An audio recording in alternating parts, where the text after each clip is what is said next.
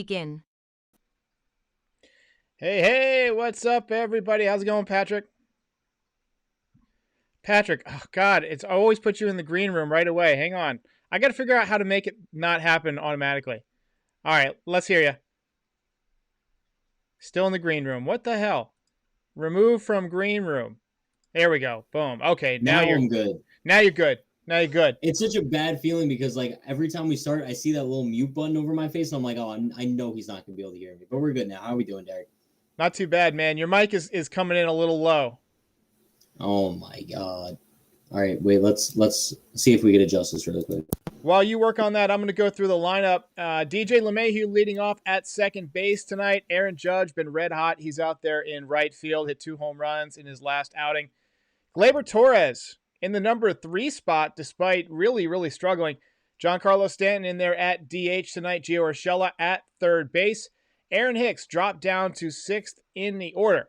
Gary Sanchez swinging a good bat. He is batting 7th at catcher. Clint Frazier, your boy, finally back out there in left field. And then Rougned Odor, he's my pick to click tonight. He is out there at second base. All right, is the mic better? Yes. All right, awesome. Love it. So I'll give a little bit of a hot take on this lineup. I don't even know if this is a hot take. Bro, I love the fact that Clinton left. I'm always so scared. I look at the lineup every day and that Brett Gardner is going to be in there. So it's so refreshing to just see Clinton left. Yeah, I mean, you got to let the kid play. Honestly, he's been struggling. He's been slumping, but it's not like he's making a ton of weak contact, right? He's taking bad pitches. He's the prototypical guy who's pressing, who's trying to do too much. He's overthinking himself. The way you get out of that is by reps, by getting some at-bats, by stringing a couple of hits together and feeling good.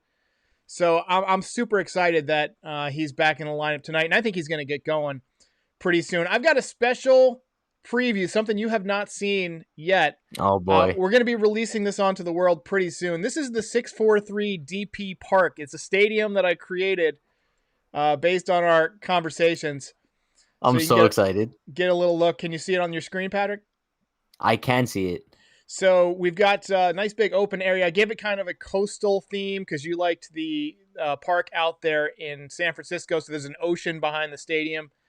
Okay. Ton of space out there in the outfield. I got some cool monuments. I'm putting one up for like an alien because we do the alien thing. I love that. I'm not 100% finished with it yet, but distance is pretty standard. 315 down the lines, 410 in center. Bro, that center field looks like it's 500 feet. I know. I just kept the alleys pretty short. The power alleys play like Camden Yards. It's pretty short. No, I was going to say, the dimensions look a little bit like Camden. Yeah, it's a little bit. So, I mean, this was a ton of fun to create, but it's a lot of work. Like, this thing is just so complicated. You got to add so much. But, yeah, I mean, it was a ton of fun. So, I'll upload that to the vault, and all the MLB The Show fans can play that later on. That's awesome. Yeah, bro, I wish I had a PS5. It's cool. It won't be long. So, the worst thing about losing 2 days off, or losing 2 games in a row and then having a day off, is just sitting around and like stirring in my thoughts and just like being angry. What's had you pissed off over the last 24 hours? Yeah, I mean, listen, Derek, I think I'm going to counter that and kind of say I haven't been pissed off at all. I think the off day was kind of refreshing. We did our off day live stream yesterday, and I think it was more of just a sense of relief, right? Not having to go on after the game and just being so frustrated and having to deal with all the chaos that went on during the games. It kind of felt like the off season yesterday, where we could just kind of like sit back, reflect on what went down so far, and just kind of look forward to what's next. Especially with this big Rays series coming up. We don't really know what to expect out of the Yankees. We don't know what team is going to show up. Is it going to be the Yankees that are offensive heavy, or is it going to be the Yankees that kind of look like the AAA team that they've shown over the past couple weeks? So I think the main thing that Yankee fans could be upset with so far, though, is the lack of hitting, which is something that we don't really see with this team. Usually it's the lack of pitching, but the bats just really haven't been providing what they need lately. So hopefully they could wake up this weekend. Yeah, I just think the Yankees need a win any way that they can scratch it out to open up the homestand. Like, get feeling good. You don't want to lose the first game of a homestand. And the Rays are not great. I mean, they're 5-8. they can't pitch. If you've looked at some of their stats, like they've got a number of guys who've got an ERA like over 6, over 7. One guy in the bullpen's over 11.5. So they can hit, but for some reason, the Yankees just have a ton of trouble with these guys. Do you think there's going to be any kind of like a beanball retaliation? I mean, based on what the Rays have been talking about, I think so. But I don't know how the Yankees are going to handle it. I think it's going to be very interesting to see what goes down this weekend. Because personally, I don't really understand like what the beef is that the Rays still have. Yo, shout out to Stevie Bats. What a legend. Love you, Stevie. But yeah, like I was saying about the whole brawl thing, I say this all the time on my stream. I don't condone violence, right? But if it happens to go down, I'm not opposed to it. It's an entertaining aspect of the game that I think is pretty cool. I don't know. So, I mean, I don't know if you can call it. I mean, it's not. I guess it's technically violence, but I mean, it's just sports, man. I mean, you can't tackle somebody. I mean, if they could tackle each other and hit each other like you could in football, I mean, you'd get it settled, right? I mean, in football, it's just a couple of hard hits and stuff. But honestly, I think we need to just let the players handle it and not get the umps involved. If somebody pitches inside early, if somebody's going to get drilled, let them get drilled. They usually drill somebody in the back. Most guys don't go for the head. So if Gary Sanchez or if Aaron Judge has to take one off the back, hey, it is what it is. Just let it be done with after that point. I say if the Rays throw at the Yankees at some point, and they hit somebody first. The Yankees obviously hit more Rays than the Rays hit Yankees last weekend. So I say you just let it go. You just call it even. Yeah. You know what I mean? We don't need to keep escalating this thing until like September they're bringing Uzis out on the field, right? Could you imagine? No, I mean, no, I definitely agree. I think the Yankees just need to take the high road here. It's really not worth losing anybody at this point in the season. And I think someone brought it up in the chat. I think it was Ulysses. The Rays just have little brother syndrome.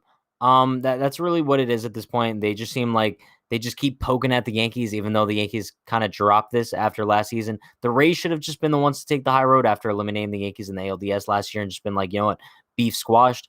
But if they want to continue it, we'll see if the Yankees want to continue it too. So I missed your pregame show. I know you guys usually make predictions. What was your big predictions for the night? I kind of make the same prediction every night until this actually happens. I think Clint Frazier finally hits his first home run tonight. I'm hoping for a big night out of Clint. I think that at this point, he might be realizing that the only way his spot in left field is kind of secure is if he just comes out with a big night, right? I mean, because let's say Clint goes 0 for 3 with 3 Ks tonight.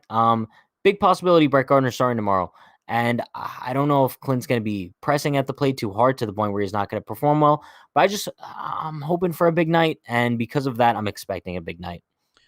Somebody said in the chat that Giancarlo Stanton's bat looked like a twig in batting practice. I don't know if they mean because he had no kind of like power behind it or because it looks so light in his hand. Because sometimes it does look like he's just flipping a wiffle ball bat out there. No, I know. He's one of my pick to clicks tonight.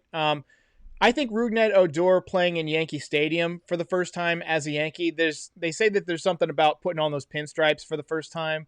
I mean, if you're going to go ahead and shave that glorious, glorious beard, you got to at least go deep in pinstripes, right? I mean, listen, this is his first game in Yankee Stadium too. There's going to be fans there. It's also going to be the Yankees Rays first game with fans there at Yankee Stadium. So it's going to be a fun night. And I think Rougned Odor, he's probably going to be a pick to click with that short porch too. Yeah, they got him in the number 9 hole, but I think he's going deep tonight. And I think Stanton's going to break out in a big way. The thing about Stanton is he's starting to hit the ball a little harder. Even his base hits, he hit one 120 miles an hour the other day. When he starts to lock in that timing and you see balls going 120 miles an hour off his bat, you know he's close. It's just a matter of getting the launch angle. So if I'm Stanton tonight, I'm locking in. I'm trying to get off to a good start in this homestand, kind of earn back some of these fans who've been booing him so early. What do you think about the fans booing him so early? Oh my, Derek, it's so frustrating. We talk about this all the time, how bipolar the Yankees fan base is. They were just cheering him out of the building for his grand slam against the Orioles a couple weeks ago, and now he's getting booed too. It's kind of Yankee fans always need somebody to pick on, right? So last season, Gary Sanchez was that scapegoat just about all year. Now that Gary's performing well, It seems like he's not getting the credit that he deserves. And the Yankees fans have kind of shifted their hate towards other players. Hicks is getting the brunt of it. Stanton's getting the brunt of it. I've even seen a bunch of DJ hate lately, which is ridiculous to think about. People are calling him a fluke. It's ridiculous. I think fans just need to realize we're at such an early point in the season. It's just about mid-April now. These guys are going to come around eventually, especially MVP candidates like Giancarlo Stanton. Just have patience with these guys. It's going to take some time for them to come around, but it's going to happen eventually. Yeah, most guys don't go 0 for the season in the home run department or hit 150 for half the year. The reason they call it an average, and I know an average isn't a big stat anymore, it's because it takes into account your highs and your lows. We got a lot of guys who get off the slow starts. I mean, traditionally, Giancarlo always gets off the slow starts. I don't think Aaron Judge has ever hit a home run on opening day. You know, he's a guy who usually takes maybe 15 or 20 at-bats and maybe a little bit more this year just because of, trying to take care of himself. But it looks like he's finally heating up. Aaron Hicks finally hit a home run in Tampa Bay. He's been swinging the bat a little bit better from the right side than from the left side. So I'm still a little bit, iffy on him tonight. I feel like Urshela's been hitting the ball hard. Lori just predicted 4 for 5 or 3 for 4, 3 for 4 tonight for Gio Urshela. Like and Clint Frazier, he wants to do something. Like the only question about Clint Frazier is how bad he's going to press. You know what I mean? Like he wants to make an impression not only with the fans, but with the manager so that he'll get regular playing time. He really needs one of those games where he goes 3 for 5 with a home run, a double, and 4 ribbies, and maybe has a couple of good at-bats. He needs one of those. Yeah. And I think, we know that, and I think he knows that as well. But I think the sad part is, it shouldn't have to come down to that. I think that the Yankees should just be giving him consistent playing time to the point where he's going to have one of those games eventually, right? So it's much easier for him to just pull one of those games out of his hat when he's playing every day rather than starting him 3 days a week and just expecting one of those games that he plays during the week to be a 3 for 4 game with 2 doubles and a home run if he hasn't really played that often, So shout out to Christopher Dorazio. He updated me on an error here. I'm so used to putting LeMahieu in the second base slot. I actually had him listed at second base, but he's playing first base tonight. I'm just glad they're getting Jay Bruce out of there. I don't know if I can stomach any more Jay Bruce. Like if I even see Jay Bruce putting on batting gloves, I'm just going to go vomit. I'm just going to go throw up for 10 minutes. I don't want to see Jay Bruce surprised, bro. Anywhere. I'm surprised they haven't DFA'd him yet. I was really expecting it after Wednesday's game. I really was. Yeah, I want to see Mike Ford. And I get he didn't have a great year last year, but he's younger. He's got more of an upside. We saw what he did a couple of years ago that he just, dominated for a while. Lori C with the super chat with the dono hype. Lori's a legend. Love Lori. Lori's the best. But yeah, I want to see Mike Ford. And to me, it's no excuse to put Jay Bruce in there because the guy can't field. The only reason he's in there is because he's a left-handed bat. And Mike Ford is, just from what I can tell, Mike Ford has way more bat speed than Jay Bruce at this point. And bat speed is what it's all about. He's also got a lot more mass. He just seems like a bigger, stronger guy than Jay Bruce. And he plays first base. Jay Bruce is clearly struggling over there. How many balls would Mike Ford have picked that Jay Bruce missed? Out of the 10 or so that Jay Bruce has missed, I'd say at least he would have picked half of them, right? I mean, that's a few runs. That could be a couple of ball games.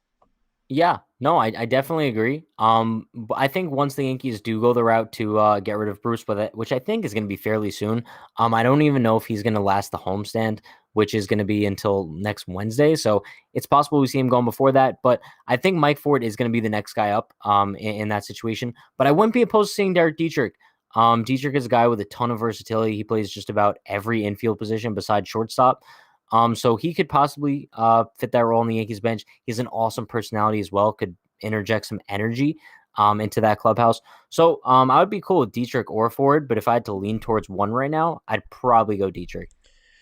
So it's interesting that they even signed Dietrich because he's never hit before. I mean, well, he has several years ago, but he's never hit for average. He's got a little bit of pop, but he's not a great defensive player. It just was interesting to me that they would bring him in. And something told me that they might have just said to him, look, you're probably not going to make the roster. Be prepared to go with the alternate site. We see this in you. We see that in you. We can turn you into one of these Geo Urshela types where you just harness that natural power that you clearly have. Clearly. Mm-hmm. And I love his personality, and I feel like that's something that the Yankees sorely miss right now. We've got a bunch of professionals in there, and that's great. But every once in a while, you need a firecracker. You need a Nick Swisher. Yep. You need a Didi Gregorius. Going back to, even earlier in the 90s, it was guys like Paul O'Neill who would trash a dugout.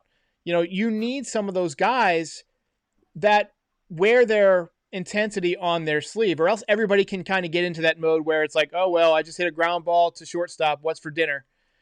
Yeah. No, I definitely agree. I think Dietrich would be a perfect fit in that clubhouse right now, and especially when a team is struggling, you need those guys with energy to kind of just rile the boys up and lead them into war, especially in a big series against the Rays. I think Dietrich would be a perfect guy, but listen, I think if the Yankees really liked him as much as we think they do, they wouldn't have traded for Odor.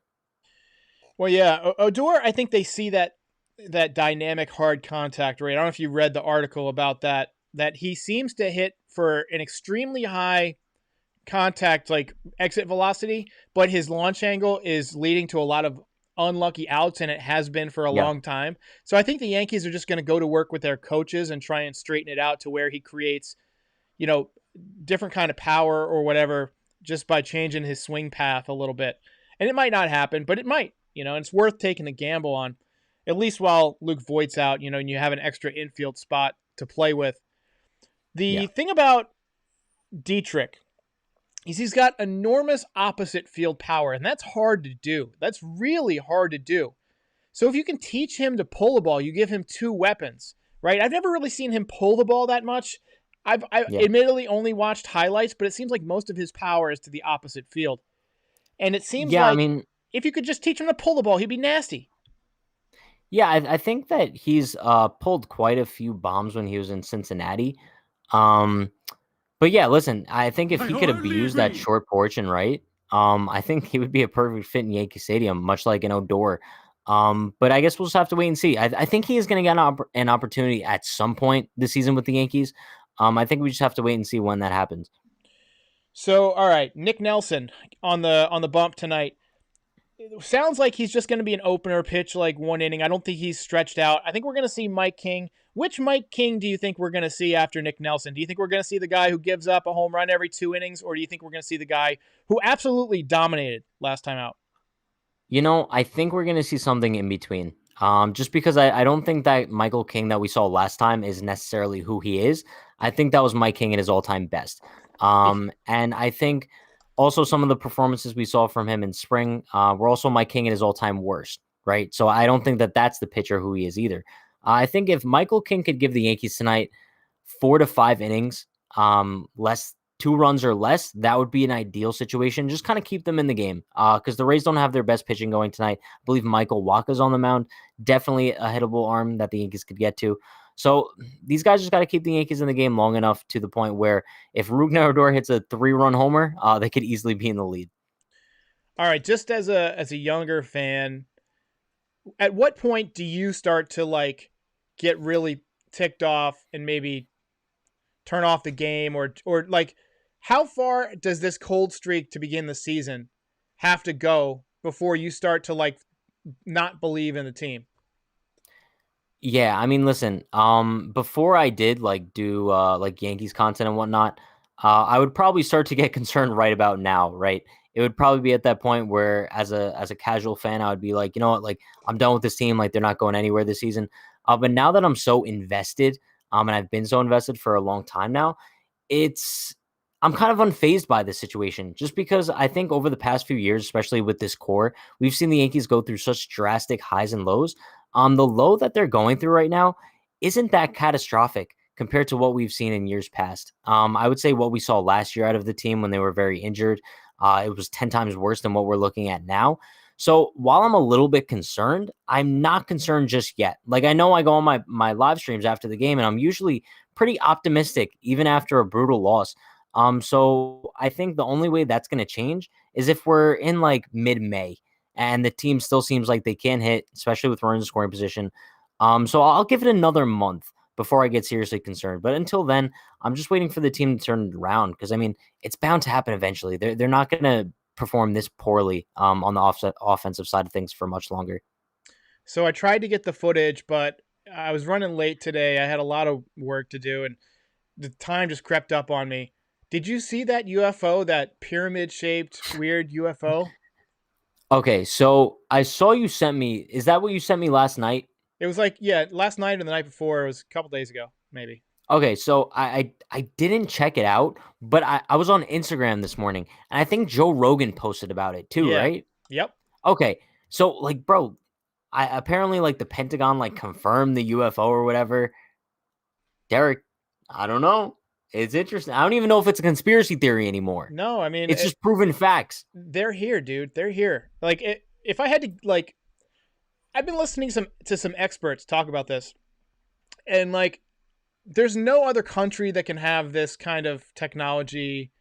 You know, there's nobody else out there, and if you eliminate all of the things that it can't be, like one of the things that is left that it could be is maybe it's freaking space aliens or something. You know, some other civilization. And I'm starting to like think that there might be something to. There was this COVID bill that got passed in December, and they said that in June of this year, the Navy and the Pentagon has to provide a report on UFOs and ATIP, and I think they're starting to slowly kind of drip this stuff out because they're going to be like, we don't know what it is. You know, I don't think that there's necessarily like UFOs in a bunker in the desert. To me, that's a little bit like that would be a lot of people to keep that secret. And there's a lot of cell phones out there right now with cameras in them. But it would not surprise me if the government released a thing that said, hey, look, there's something happening and we don't know what the hell it is. It's technology we don't get, but that's a national security risk. I mean, like if you say, hey, we don't have the technology of whoever this is, if it ends up being another country, then you know that they're more advanced than you. Exactly. And I think like that's the whole key. Like I think when people see the term like UFO, they just automatically assume aliens. Like it stands for unidentified flying objects. So like that could necessarily mean anything, right? Like it could be like another country's technology. But I will say this, Derek, like when I was younger and I saw like all these UFO articles and everything, like, bro, I would be so scared, like as a little kid, because I'm thinking like, oh, alien invasion. But like now that I'm getting older, like for some reason, like I have such an interest about it. Like I think it's cool. You know what I mean? Just because maybe it's like mysterious and like I don't know if it's like actually real. It's more of like a joke at this point. But it's like I don't know. I like if anybody's scared of aliens, don't be. Yeah, I don't think there's much to be scared of. If there's a civilization that's far older than us and far more advanced, they're probably peaceful because to make it that Yeah. long, you got to be peaceful to get by that great filter, you know, of technological, you know, having nuclear weapons and all that stuff. All right, guys. Appreciate everybody joining. The Yankee game starts in about 10 minutes. Thank you to Patrick. Thank you to all the people who donated, everybody who joined. I'll be back after the game with a recap. And let's go, Yanks. See you next time. Let's go.